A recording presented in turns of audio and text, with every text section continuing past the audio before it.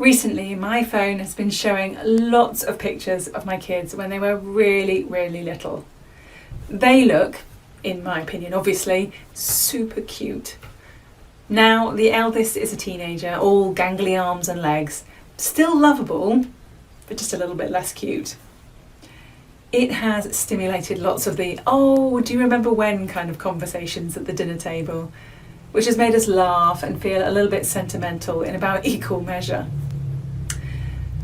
When you have a stroppy teenager in the house leaving a trail of lost items and destruction behind them, it can be really easy to sugarcoat the past and wish for those simpler times when the thing is that when they were toddlers, life was not always a bed of roses, but the pictures don't tell that story. The past had lumps and bumps to it too, but time and memory has eased those out. When you're interviewing, it can be really easy to get stuck in the sugar-coated past, but our job is to help the interviewer imagine how we can fit into the future of their company. We need to future pace them into seeing how we can create an impact should they choose to employ us. Now, this can feel difficult if we're being asked behaviour-based questions, because we're going to tell them how we propose to handle this particular situation, and we're going to use examples from our past to support the approach that we're suggesting. The problem is that we get stuck in the past. It's very hard for your interviewer then to see you in his or her future. So what can you do to combat that?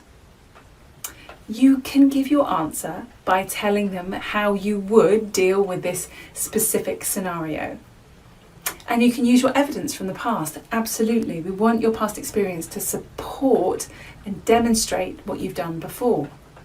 But then you can move the interviewer into the future by asking a version of this question.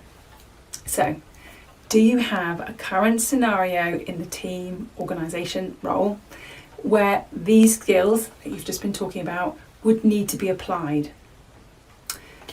You should then be able to build on their answer by asking more questions until you feel like you've got a clear understanding of their current scenario, and then you can tell them what you think the best approach might be given what you now know.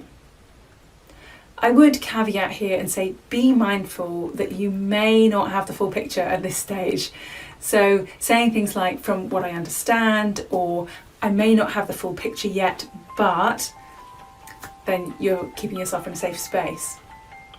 Whenever you have the chance, take your interviewer on a trip to the future so they can imagine you in the role and see how you would create an impact.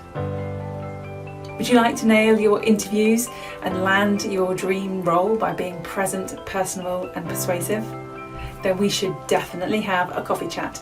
The link is in the information down below. If you are sold on the idea of us working together, then you can find out more about our interview intensive program, which is short, sweet and super effective. Also, the link below. Take care, and I hope to see you soon. Bye now.